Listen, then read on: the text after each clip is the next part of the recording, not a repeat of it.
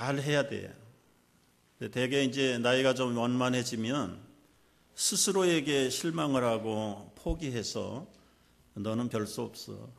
그래서 아예 결심도 하지 않는 사람들이 의외로 많이 늘어난다 하는 이야기도 전해지고 있습니다. 여러분, 작심삼일이라도 1년에 100번만 작심삼일하면 300번이 될 줄로 믿으시기 바랍니다. 이게 성공하는 비결이에요. 박찬호 씨가 이걸 해가지고 자기 나름대로 승리했다는 이야기를 하고 있더라고요. 3일 만에 무너지면 또 하루 있다가 작심하는 거예요. 여러분, 3일 작정을 100번 하면 300일이에요. 300일. 365일에서 300일 하면 승리하는 거죠. 다시 한번 우리가 2월을 맞으면서 여러분들의 가에 결단이 또 새롭게 있기를 바랍니다. 이 결심이라고 하는 것은 자신과의 약속인데 그 약속을 지키지 못했을 때 내 정체감이 한없이 실망하고 떨어지는 것도 사실이에요. 그래서 스스로 너는 아무것도 할 수 없어. 그래서 새로운 일에 대한 도전도 없고 그냥 스스로 포기해버리고 그날이 그날처럼 살아가는 퇴보된 사람들이 많이 있습니다. 결단이 필요해요. 다른 사람하고의 약속이라는 것은 더더구나 책임감이 따르고 지키지 못할 때는 상당한 여러 가지 많은 피해를 보게 됩니다. 저희 아버님이 어려서 김해김씨 선조들에 대한 이야기를 하면서 꼭 빼놓지 않고 하는 얘기가 김유자 신자에 대한 이야기. 제 아버님은 늘 그렇게 불렀으니까요. 이 김유신 장군에 대한 이야기를 늘 어렸을 때 여러 번 들려줬어요. 요즘 말로 하면 사관생도로 뽑혀가지고 훈련을 받고 그 사관생들이 훈련이 끝나고 집에 돌아갈 때는 꼭 기생집에 들린다는 거예요. 이 김유신 사관도 그 자리에 끼었다가 아버지에게 발각이 되고 아주 혼찌검이 나고 약속을 하기를 절대로 이제는 기생집에 가지 않기로 아버지하고 결단하고 약속을 했어요. 그래서 잘 지켰는데 어느 날 피곤해서 마리에서 졸다 보니까 말이 습관을 쫓아서 기생집에 와 있는 겁니다. 그래서 이 사관 김유신 말에서 내려가지고 자기 칼을 뽑아가지고 자기 사랑하는 에마의 목을 쳤다는 그 결단. 그 결단의 의지가 있어야 된다. 여러분, 만약에 여러분이 칼을 꺼내서 목을 쳐야 될 그 상대가 말이 아니라 여러분의 무남동녀 외딸이라면 어떻게 하시겠습니까? 아버지와의 약속을 지키기 위해서 사랑하는 외딸의 심장에 칼을 꽂고 번제물을 바쳐야 됐던 사람, 이게 이성적으로 논리적으로 맞는 얘기입니까? 정신 나간 아버지인데 그럼에도 불구하고 오늘 설교 제목처럼 무모한 경솔한 서약이라도 지켰던 사람 입다입니다. 입다. 오늘 이런 입다를 통해서 하나님이 우리에게 하시기를 원하시는 메시지가 무엇인지 같이 나누기를 원해요. 여러분, 입다는 어떤 사람이었습니까? 첫째로 입다는 자신의 불행한 삶을 극복하고 일어난 사람이에요. 오늘 1절에서 입다는 기생의 자녀라고 분명히 밝히고 있습니다. 서자입니다. 그래서 이복 형제들로부터 쫓김을 당하고 아버지의 기업을 잊지 못하고 아버지의 집에서 살지 못하고 저 도비라는 다른 지역으로 추방을 당해야 됐던 사람이에요. 출발이 불행했고 성장이 아주 비운의 환경 속에서 지내야 됐던 사람이 바로 입다였어요. 그럼에도 불구하고 자기 불우한 인생을 비관하지 않았고 틈틈이 그 어려운 삶 속에서도 하나님 앞에서 자신의 인생을 새롭게 세워가는 사람입니다. 부분에 나타나는 입다의 그 불쑥불쑥 하는 기도를 보면 그는 아무리 어려운 형편 속에 있어서도 하나님을 떠나지 아니하고 오히려 하나님을 더 가까이 찾는 기회로 만들었던 것을 우리가 이해할 수가 있습니다. 여러분, 사람이 살아가는 삶은 다 다양해요. 전부 이렇게 덮개로 덮여 있어서 자신의 출신과 환경과 성장 배경을 열어서 설명하기 전에는 그 사람이 어떤 환경 속에 살았는지 알 수가 없어요. 뭐 알아야 될 필요도 없고 말해야 될 필요도 없어요. 뭐 들을 필요도 없죠. 그러나 중요한 것은 말을 하든 안 하든 중요한 것이 아니라 그런 상황 속에 살던 그 사람 속에 그 불우한 환경과 출신에 대한 문제를 스스로 잘 처리하지 못해서 자기를 불우한 사람으로 낙인을 찍어버리는 거예요. 너는 도저히 할 수 없는 사람이라고 포기해버리는데 문제가 있는 거예요. 겉으로는 다 행복한 것 같지만 여러분, 가문의 뚜껑을 열어보면 어떤 사람은 서자 출신일 수 있고 어떤 사람은 불우한 환경에서 자랄 수 있었고 남들에게 말하고 싶지 않은 그런 환경 속에 살던 사람들도 의외로 많이 있는 게 우리 인간살이. 그럼에도 불구하고 그 속에서 자기 문제를 자기가 어떻게 처리하지 못해서 대부분은 다 포기하고 낙심하고 스스로에게 실망하고 조상들 원망하고 살다가 자기 인생에 빛을 보지 못하는 그런 사람들이 의외로 많다는 것을 알아요. 그러나 여러분, 예수님을 한번 보십시오. 예수님도 출생부터가 미스테리입니다. 수많은 동네 사람들이 처녀에게서 났대. 애비가 없대. 애비가 누군지 모른대. 성경에 없지만 여러분, 얼마든지 그런 비아냥거림과 천시를 받고 자랐을 예수님 우리가 보듯이 빤한 거예요. 보듯이 빤. 심지어는 형제들까지도 귀신 들렸다라고 일축해버리고 찾으러 돌아다니고. 출신 지역은 어떤 곳입니까? 나사렛 갈릴리에서 무슨 선한 것이 날 수 있느냐. 아예 그 지역도 천시받는 지역. 출생도 그래, 환경도 그래, 성장도 그래. 아무도 인정해 주지 아니하는 그야말로 멸시와 천대를 받던 예수님. 그러나 여러분, 그 배후에 하나님의 위대한 계획이 무엇이었습니까? 인류 구원의 놀라운 비밀이 그의 삶 속에 숨어 있는 것을 우리는 알아요. 집안으로부터 배척을 당하시고 살아오신 분들이 계시나요? 출신이 내놓을 곳이 없다고 해서 스스로 포기하고 있는 분들이 계십니까?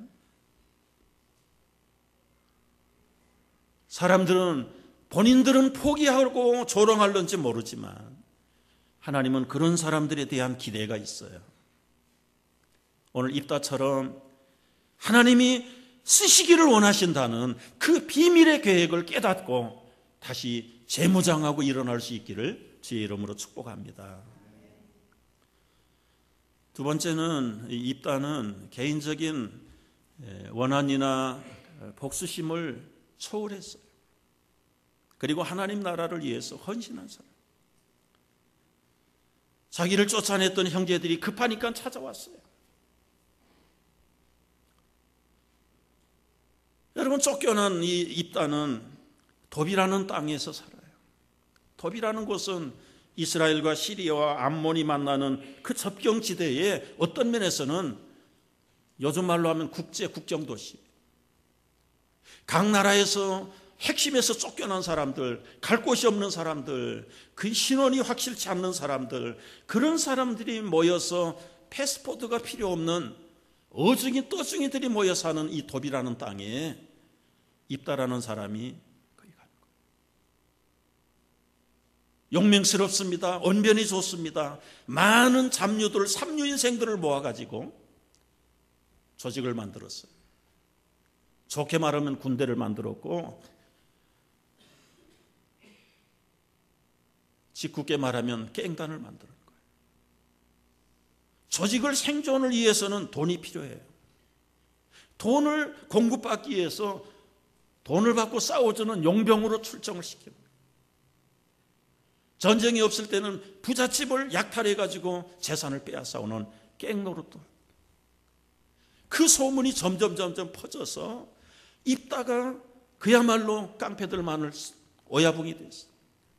용맹스러운 소문이 자기 고향 마을의 장관들에게까지 퍼진 거예요. 때를 맞춰서 암몬 족속들이 길앗 지역을 침략해 옵니다. 도저히 자기들 민족들 가운데는 싸워야 될 장수가 없어요. 돕당이 있는 용맹스러운 입다를 그 장관들이 찾아온 거예요. 장관이래야 사실은 다 이복 형제들입니다. 얼마나 답답한 시절이에요. 나를 쫓아낼 때는 언제고 이제 찾아왔는가. 어떻게 보면은 보복할 수 있는 좋은 기회죠. 너희들 나 괄세하더니 잘 됐다. 나는 알 바가 없다. 나는 여기서 잘 먹고 잘 산다. 그렇게 말할 법도 한데 입다는 절대로 그렇게 말하자.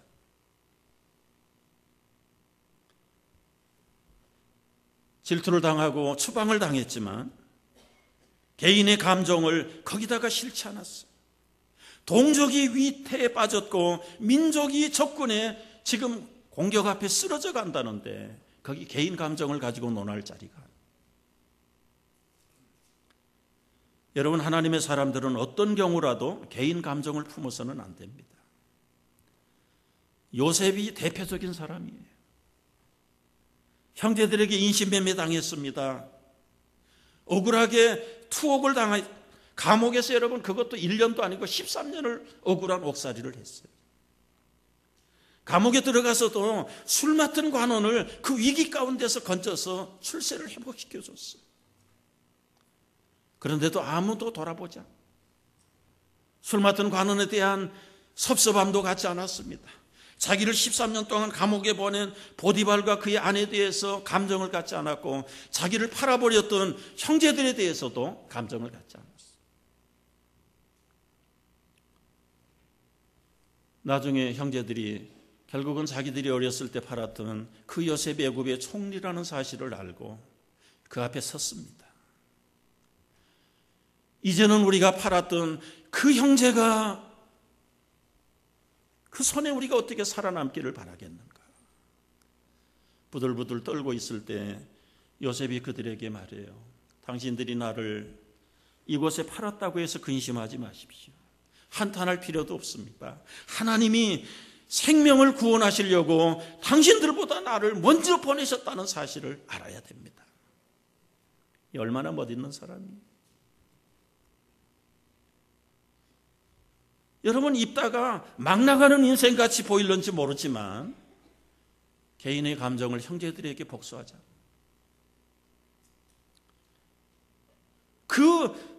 형제들이 찾아왔을 때 거기에 하나님의 뜻이 있다는 사실을 깨닫고 눈앞에 나타난 형제들의 감정 차원에서 머무르는 게 아니라 하나님 뜻이 무엇인가를 헤아리고 순복하는 사람이 바로 입다였어요. 여러분, 국가가 나에게 섭섭하게 했다고 해서 시민의 도리를 저버린다면 그건 애국 시민이 될 수가 없어요. 자신의 감정을 초월하고 하나님의 부르심 앞에 순종을 해야 되는 거예요. 감정의 의지를 이기지 못해서 왔다 갔다 하는 사람들은 절대로 인물이 될 수 없어. 큰 사람이 될 수가 없어요. 저는 이민교회, 우리 교회를 포함해서 전 교회에게 좀 호소하고 싶어요. 간곡하게 부탁하고 싶어요. 대체적으로 이민교회들이 갈등이 많고 분쟁이 많은데 그 문제를 헤집고 들어가 보세요. 무슨 문제인지. 감정의 문제입니다. 감정의 문제. 직분이 귀하지만 여러분, 직분이 교회를 흔들 만큼 귀한 것이냐 그 말이에요. 그 자존심이 귀하지만은 본인의 자존심 때문에 교회가 그렇게 데미지를 입어야 되는 거냐. 표면적으로는 무슨 재정 스캔들이요 뭐 얘기하지만 아니에요. 그건 빌미예요. 빌미. 다 들어가 보세요. 직분에서 떨어져서 섭섭하고 시험 들고, 자기 안 알아준다고 시험 들고, 자기 자존심 상했다고 교회를 흔들고. 우리가 좀 정직해야 돼. 정직해야 돼. 그렇다고 해서 하나님의 교회가 음부의 권세 해하지는 않아요. 겉으로 볼 때 상하는 건 사실이에요. 믿음이 없는 사람들 이리 흔들리다 저리 흔들리다가 여기도 아니고 저기도 아니고 다 불신앙으로 떨어지는 사람들에 대한 책임을 누가 질 거냐 말이에요. 우리가 입다를 배워야 돼. 개인적인 감정에 휩쓸릴 때가 아닙니다. 나라가 어려울 때 위험한 생명의 전쟁이 터 앞에 앞장설 수 있는 이 입다, 얼마나 근사한 사람. 여러분, 평소에 교회에 불만을 가지고 있는 분들에게 제가 팁을 드릴게요. 무슨 팁인 줄 아세요? 돌이킬 수 있는 팁이에요. 어떤 경우에 돌이켜야 되는가? 그것도 명분이 있어야 되잖아요.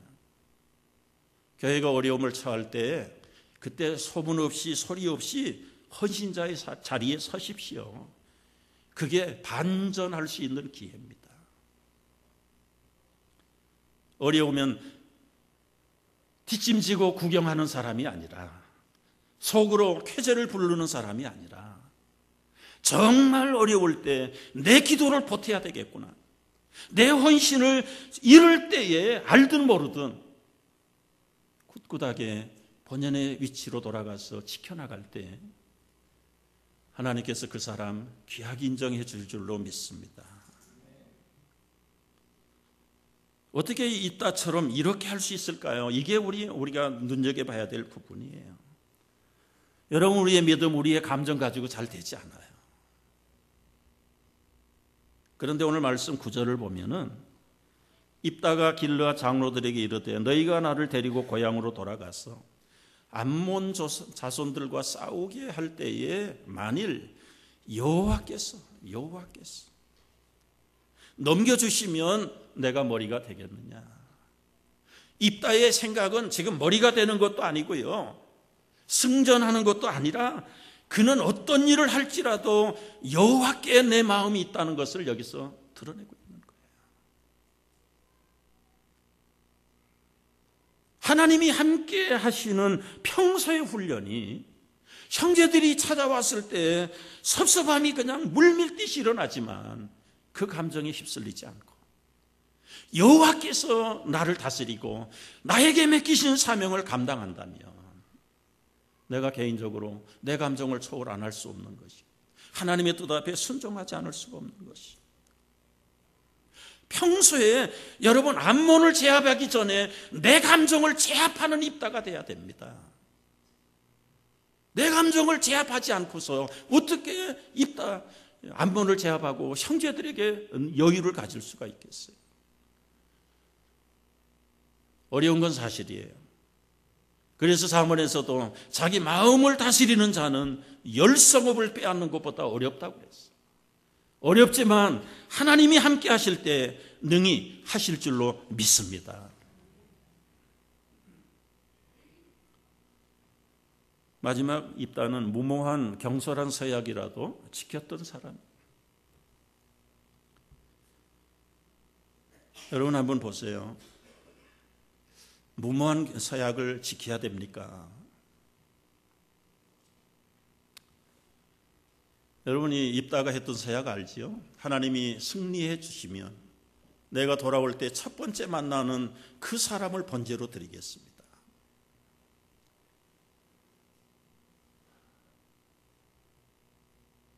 그게 자기 아킬레스건이 될 줄 누가 알았겠습니까? 쫄병이 나오든 하인이 나오든 종이 나올 줄 알았지, 자기 하나밖에 없는 무남동녀 외동딸이 처음으로 나올 줄 누가 알았겠느냐.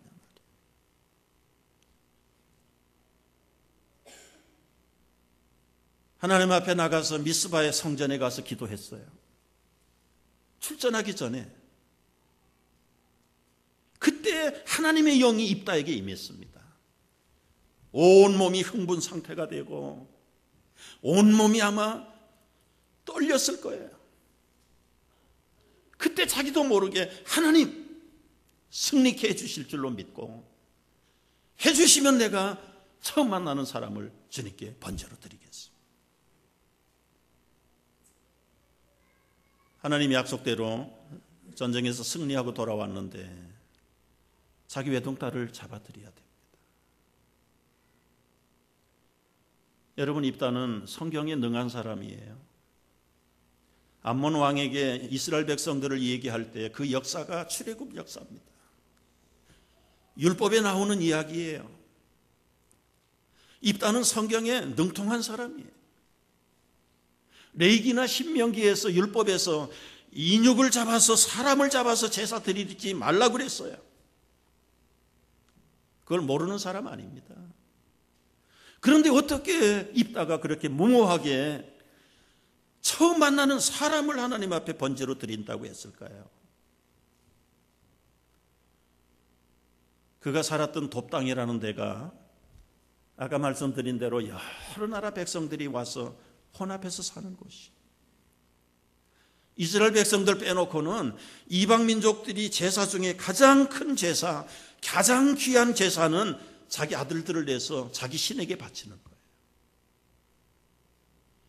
그런 이방 우상 문화 속에 살던 이 입다가 자기도 모르는 사이에 하나님 앞에 가장 귀한 것 바친다고 호언장담하다가 결과적으로 자기 딸을 바치게 되는 비운의 주인공이 됐어요. 여러분, 여기서 이제 한번 그 입다에 대한 서원에 대한 시비들이 많아요. 정말 사람을 입다가 바쳤겠느냐, 자기 딸을 바쳤겠느냐. 15세기까지는 문자대로 다 어느 나라 성도들이든지 이 구절을 읽으면 자기 딸을 번제물로 바쳤다. 거기에는 도저히 토를 달지 않았다. 16세기, 17세기, 20세기로 들어오면서 사람들이 이성이 발달했다고 해서 그 이성 가지고 하나님의 말씀을 자꾸 나름대로 해석을 합니다. 야, 어떻게 하나님이 사람을 바치라고 그런 적이 있냐. 입다가 성경에 무지한 사람도 아니고 아마 성전에 수절시켜서 평생 처녀로 바쳤을 거다. 얼핏 듣기에는 그럴듯해요. 그러나 여러분, 딸이 시집가지 아니하고 평생 성전에 가서 봉사한다고 해서 그 동네 처녀들이 2달 동안 가서 통곡을 할 이유가 뭐 있습니까? 아비가 자기 옷을 찢고 마음을 찢고 하나님 앞에서 절망 가운데 빠질 이유가 뭐 있어요? 딸 하나 시집 안 보내고 해목에 가서 평생 봉사한다는데 아비가 그렇게까지 할 이유가 없어요.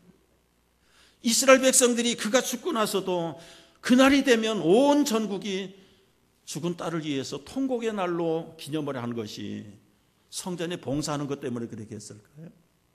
이 앞뒤가 맞지 않는 해석입니다.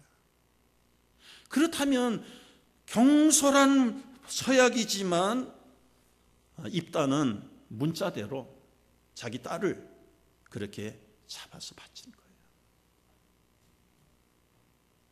35절에 보면은 내가 여호와를 향하여 입을 열었으니 능히 돌이키지 못하리라.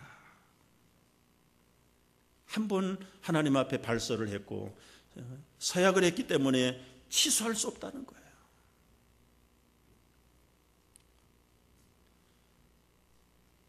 그 아비의 그 딸이에요.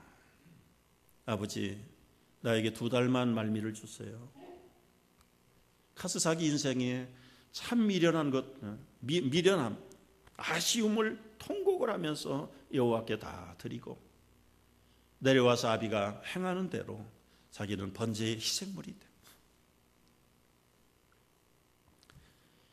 여기서 여러분, 우리가 짚고 넘어가야 될 게 있어요. 무모한 서약을 지켜야 되는가? 서원을 깨뜨리는 것은 과연 죄인가? 여러분, 어떻게 생각을 하세요? 어떤 사람이 결단을 했어요. 결심을 했어요. 내가 죽기 전에는 저 사람 어떻게 하겠다. 서약했다고 해서 여러분 그 사람 죽여야 됩니까? 이런 건 100% 하지 말아야 되죠.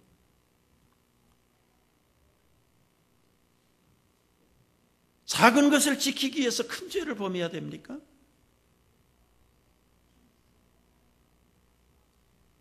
절대로 그럴 수 없어요.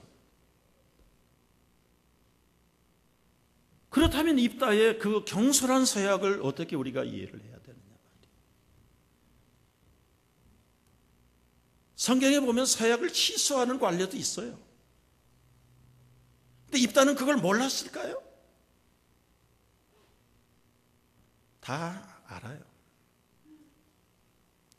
그럼에도 불구하고 인간의 이성으로 봐도 맞지 않고 율법으로 봐도 맞지 않고 상식으로 경으로 봐도 이건 통하지 않는 경솔한 서약을 했음에도 불구하고 입다는 그대로 했습니다.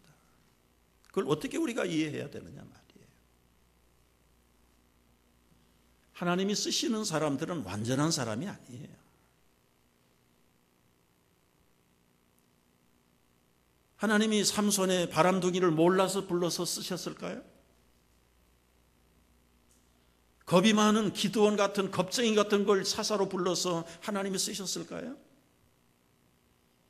오늘 이 무모하고 호언장담하기 좋아하는 이 입다를 하나님이 왜 불러서 쓰셨을까요? 사람은 다 완전할 수 없어요. 모자라는 부분이 많습니다.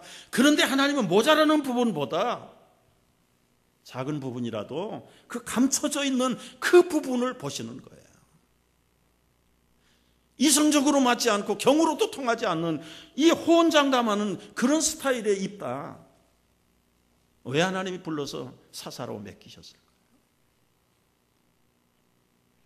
우리가 인간적으로 볼 때는 맞지 않는 얘기예요. 어떻게 자기 딸을 잡아가지고 하나님이 인육제사를 받지 않으시는 분인데 분명히 취소할 수도 있음에도 불구하고 그렇게 하지 않았던 입다를 왜 하나님이 불러서 쓰셨겠느냐.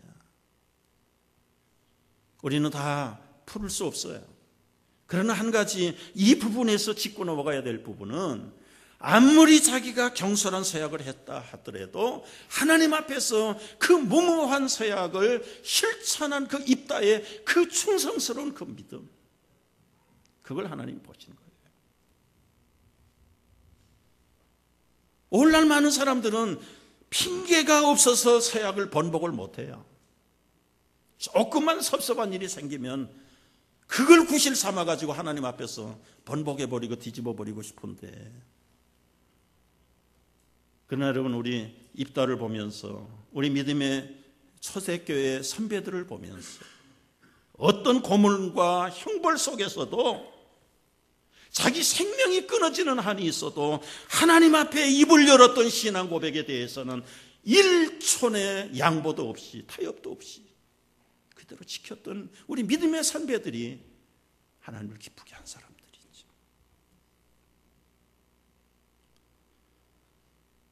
시편 15편 4절 말씀입니다. 주님의 거룩한 장막에 거할 자가 누구냐?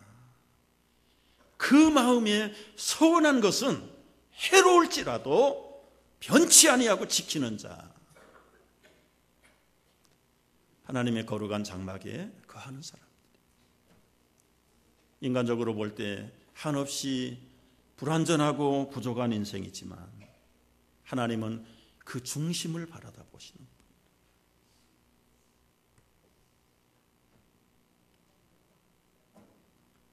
여러분, 우리가 사역을 할 때 조심해야 된다고 그랬어요. 예수님이 하늘로도 하지 말고 땅으로도 하지 말고 함부로 서약을 하지 말라. 그러나 일단 한 번 서약된 것이라면 생명을 바쳐서라도 해요. 그게 예수님의 가르침이에요. 되게 많은 사람들은 서원을 하나의 조건부 딜로 사용하는 경우가 많습니다. 하나님, 이번에 나를 살려주시면. 그런데 살려줬는데 그 다음에 보면은 믿음도 삶도 아주 그냥 개차반같이 사는 사람도. 여러분, 우리는 서약을 하나님의 은혜의 대가로 바라는 사람들이 아니에요. 이미 베풀어 주신 은혜가 감사하고 그런 비천한 인생 속에서도 스스로 자기를 학대하지 않고 포기하지 아니하고 나를 일으켜 세워주신 그 하나님의 은혜가 감사해서 동족들이, 형제들이 복수를 할 수 있는 좋은 찬스임에도 불구하고 그런 거 개의치 아니하고 초월해서 하나님이 부르셨다는 사실 앞에 민족들을 위해서 싸움터에 생명을 바치고 나가는 그 입다 같은 사람, 얼마나 오늘 우리에게 귀감이 되는 사람인지 몰라요. 여러분, 하나님은 거창한 말보다 해로울지라도 무모했을지라도 한 번 뱉어놓은 말에 대해서 충성을 다해요. 충성을 다해요. 제가 20살 때 연말에 솔로몬의 1000번째 설교를 들었어요. 그리고는 설교 끝나고 기도하는데, 하나님, 해가 바뀌면 나도 1000번 예배당에 나와서 기도하기를 약속합니다. 그 기도해놓고 제가 입을 여러 번 때렸네요. 야, 1년이 어떻게 1000번을 예배당에 나와서 너 기도할래? 하나님이 영감을 주시더라고요. 너 새벽 기도하면 되잖아. 그래 봐야 365일인데요. 그래 집에 들어갈 때 다시 한번 가면 되잖아. 730번입니다. 주일 낮에 밤에 104번이에요. 수요일 날 52번, 금요일 날 청년부 모임에 52번, 토요일 날 찬양대 52번. 토탈이 얼마인 줄 아세요? 990번이에요. 990번. 10번은 덤으로 왔다 갔다 해도 될 것 같아요. 그래서 1월 달부터 그 약속한 대로 새벽 기도를 나오기 시작한 거예요. 그때 새벽 기도가 시작이 지금까지입니다. 1월 달에는 강구 안 해도 자발적으로 나와요. 2월, 3월 되면 자리가 듬성듬성 비어요. 장로님도 안 보이는데? 아주 젊어서 여러분 새벽에 깬다는 건 그야말로 순교자적인 각오가 아니면 안 돼요. 나중에는 체념하고, 아이고 새벽에 자더라도 가서 새벽 기도 가서 자자. 무거운 다리를 끌고 새벽 기도 왔다가 눈을 뜨면 다 끝나고 가버리고 없어, 아무도. 완전히 정신을 다 놓아버려. 그런데도 끝나고 돌아갈 때 한 번도 후회해 본 적이 없어요. 올 때는 힘들고 너무너무 피곤하고 제정신이 아닌 것 같은데요, 기도하고 끝나고 돌아갈 때는 졸다가 돌아가더라도 동편에 솟아오르는 태양을 보면서, 하루가 시작되는 소망의 주님을 바라보면서 믿음과 용기가 충천하기 시작. 오후에 마치고는 집에 돌아가다가 예배당에 다시 가요. 그때는 아무도 없죠. 수일이라는 곳에 성결교회를 나갈 때인데요, 건축을 하다가 여름에 아마 장마에 중단이 됐어요. 어느 날 갔더니 그냥 비가 스며들어가지고 본당에 물이 흥건해. 신발을 벗고 맨발로 바지가랑이를 걷어붙이고, 하나님, 나에게 하나님의 예배당에 물 푸는 작업을 독점을 주신 것을 감사합니다. 여러분, 물을 파내면서 얼마나 신났겠어요. 아마 사람이 있으면 좀 부담을 느꼈을는지 몰라. 아무도 없는데, 해가 쨍쨍하고 맑은 날에는 그 시멘트 먼지들이 장의자에 뽀얗게 앉아있어요. 내일이 주일인데 오늘 청소해야죠. 걸레를 들고 의자를 닦으면서 이상한 법칙 하나가 있더라고요. 이름표는 붙여놓지 않지만 교인들의 각 지정석이 있다는 걸 그때 알았어요.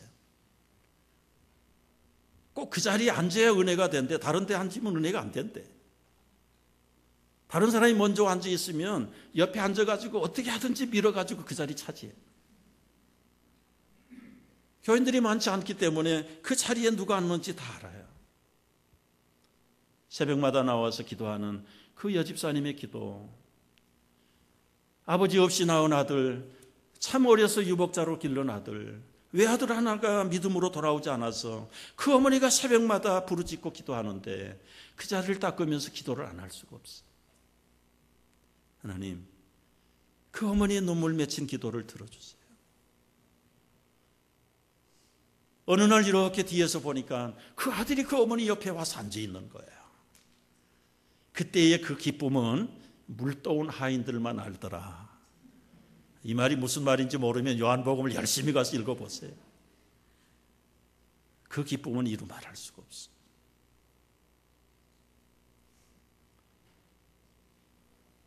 저는 그 해에 1000번을 교회당을 드나들면서요, 제 인생에 가장 신앙이 점핑하고 업그레이드 된 해가 그 해예요.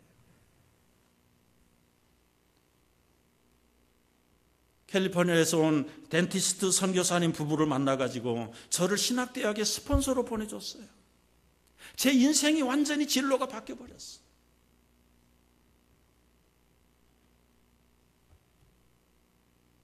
여러분, 그때는 힘들고 정말 20대 아주 힘들 때, 어렵고 괴로울 때지만 하나님과의 약속, 그 약속을 묵묵히 해나갈 때 정말 크고 놀라운 비밀한 일들을 보여주기 시작해요. 여러분, 옛날에는 주인 없는 돈들이 길거리에 많이 돌아다녔어요. 밤에 술 취한 사람들이 그냥 흘리고 댕긴 돈이. 새벽기도 1년 동안 다니면서 돈도 많이 주셨어요.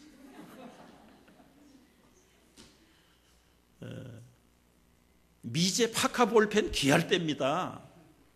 우리 교회 청년들 나한테 미제 파카 볼펜 안 받아 쓴 사람이 없어요. 길거리에서 다 주워가지고. 나중에는 길거리 쳐다보지 않기로 작정을 한 적도 있어요.